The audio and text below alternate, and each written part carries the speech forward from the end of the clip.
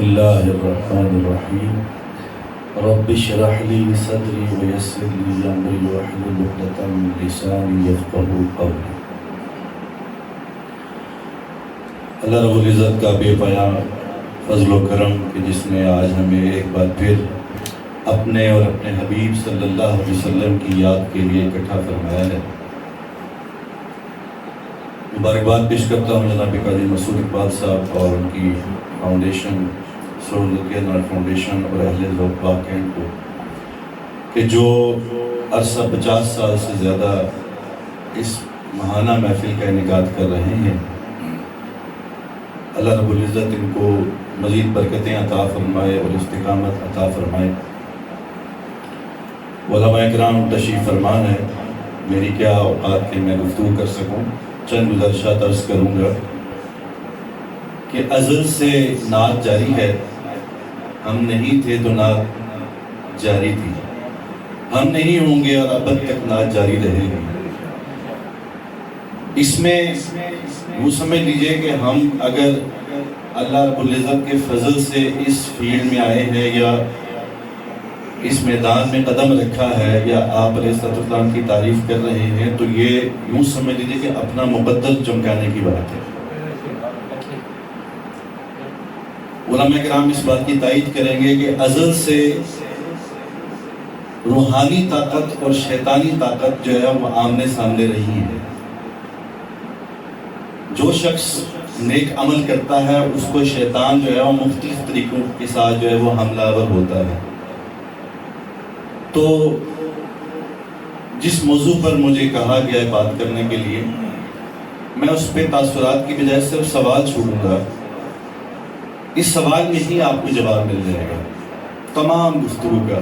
میرے سینئر جناب اشرف شہزاد صاحب نے، جناب سلطان محمود صاحب نے بہت خوبصورت گفتگو کی۔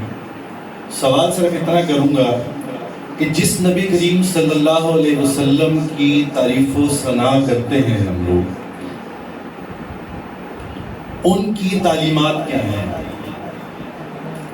کیا ان کی تعلیمات یہ ہیں کہ اگر کسی بھی شخص سے کسی بھی حوالے سے اختلاف ہو جائے تو کیا اس کی پگڑی اچھالی جائے؟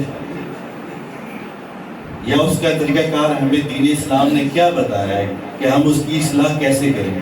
دیکھیں ہم انسان ہیں، ہر شخص غلطی کر سکتا ہے، تو اصلاح کا طریقہ یہ نہیں ہوتا ہے جس طرح آج کل ایک بڑا عجیب و غریب ٹرینڈ چل پڑا ہے کہ ایک طرف کی پارٹی سوال کرتی ہے سوشل میڈیا پر اور سوشل میڈیا پر ہی جواب جو ہے وہ جاری کر دیا جاتا ہے۔ تو یہ بہت عجیب و غریب طرف ہم چلے گئے ہیں۔ میں سمجھتا ہوں جہاں تک میری ذات کا تعلق ہے، میری جو ذہنیت ہے، میری جو سوچ ہے وہ یہ ہے کہ ہمیں جو ہے وہ اس وقت عمل کی ضرورت ہے، جس سے ہم کوسوں دور چلے گئے ہیں۔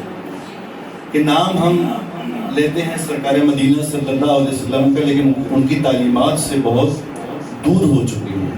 مذہبی طبقہ بھی، ہم ایک فکرہ میں دینا چاہوں گا کہ ہم نیک بننا نہیں چاہتے ہیں، ہم نیک دکھنا چاہتے ہیں۔ تو مقابلوں کی جہاں تک بات ہے، الحمدللہ بچپن سے جو ہے وہ 90s کے دور سے ان محافل میں شرکت کرنا شروع کی میں نے اپنے والد گرامی کے ساتھ۔ تو اسکول لیول پہ، کالج لیول پہ مقابلوں میں بھی حصہ لیا، پھر کئی مقابلوں میں ججمنٹ بھی جو ہے وہ کرنے کی سعادت حاصل ہوئی۔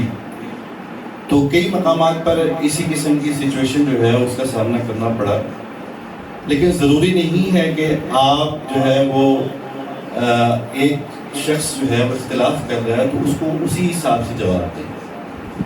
میں سمجھتا ہوں اس کا جو رد عمل ہے وہ کام سے ہونا چاہیے۔ آپ کام کو بڑھا دیں گے تو آپ کو جو ہے وہ خود بخود تشفی ہوگی اس بات سے۔ کئی مرتبہ استاد گرامی سید منظور کونین شاہ صاحب رحمۃ اللہ علیہ کے ساتھ پروگراموں میں بھی جانا ہوا۔ پھر سالانہ مقابلہ جو ریڈیو پاکستان کے زید بخاری ایڈیٹوریم میں ہر سال 9 ربیع الاول کو انعقاد پذیر ہوتا ہے، جو کہ لائیو جو ہے وہ پی ٹی وی پہ دکھایا جاتا ہے۔ ان مقابلوں میں کئی مرتبہ ایسا ہوا ہے کہ کونین شاہ صاحب رحمۃ اللہ علیہ کو جو ہے وہ مدعو نہیں کیا گیا، لیکن وہ اس مقابلے کو باقاعدہ طور پہ دیکھا کرتے تھے، اور کئی مرتبہ میری ان سے اس بات پہ ڈسکشن ہوتی تھی کہ کس بچے نے اچھا پڑھا، کس بچے نے تھوڑا سا کمزور پڑھا. تو اس میں بھی وہ اپنی رائے جو ہے وہ پیش کیا کرتے تھے، بتایا کرتے تھے کہ فلاں بچے کی پوزیشن بنتی تھی اور اس کو وہ پوزیشن نہیں دی گئی. تو میں سمجھتا ہوں کہ یہ ہمیں پوزیشنز جو ہیں وہ صرف تحریک دینے کے لیے ہیں، تاکہ ہم جو ہے وہ اس شغف کے ساتھ جو ہے وہ تواتر کے ساتھ جو ہے وہ قائم و دائم رہیں. باقی فرسٹ سیکنڈ تھرڈ پوزیشنز جو ہے یہ تو صرف حوصلہ افزائی کے لیے ہوتی ہے. میں سمجھتا ہوں کہ انسان صرف یہ سمجھ لے کہ وہ کس بارگاہ کے اندر جو ہے وہ اپنی حاضری پیش کر رہا ہے، یہ اس کے لیے کافی ہے. کہ منظور القرآن شاہ صاحب رحمۃ اللہ علیہ نے ایک مرتبہ یہ فرمایا کہ جو دف کے ساتھ نعت پڑھی جاتی ہے، لیکن دف ایک بہانہ ہے. دف جو ہے وہ دف نہیں ہے جس دف کا رائج ہونا. اب تو باقاعدہ میوزک جو ہے وہ اس کا استعمال کیا جا رہا ہے. تو اس حوالے سے قبلہ کونین شاہ صاحب رحمۃ اللہ علیہ اصلاح فرمایا کرتے تھے. انہوں نے کہا کہ آپ جو ہے وہ صرف اتنا سوچ لیں کہ آپ جالیوں کے سامنے موجود ہیں اور نبی کریم صلی اللہ علیہ وسلم کی بارگاہ میں نعت پڑھ رہے ہیں، تو مجھے بتائیں کہ کیا وہاں پہ آپ اس قسم کی جو خرافات آج کل شروع ہیں، کیا یہ خرافات وہاں پہ آپ کریں گے؟ کبھی نہیں کریں گے، کیونکہ وہ بارگاہ ہی ایسا ہے. تو میرے حساب سے یا میرے خیال میں اختلاف کو جو ہے وہ صرف اختلاف ہی رکھنا چاہیے. اور جی بالکل ایسا.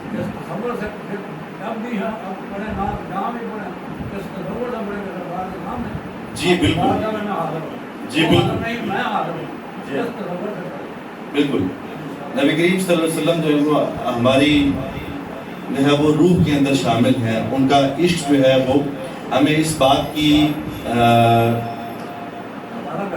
جی ہاں بالکل تقاضا کرتا ہے کہ ہم یہ سوچ کر جو ہے وہ نعت پیش کریں یا درود پاک پڑھیں کہ ہم جو ہے وہ یہاں سے پیش کرتے ہیں اور وہ سماعت فرما رہے ہیں. تو اگر یہ کیفیات آپ اپنے اندر جذب کر لیں گے تو میرے خیال میں کسی اختلاف کی کوئی گنجائش باقی نہیں رہے گی. اللہ رب العزت سے دعا ہے کہ اللہ رب العزت ہمیں لوگوں کی پرواہ کیے بغیر خالص اللہ اور اس کے حبیب صلی اللہ علیہ وسلم کی رضا کے لیے نعت پڑھنے، مقابلہ جات میں شرکت کرنے کی توفیق عطا فرمائے. وما علینا الا البلاغ.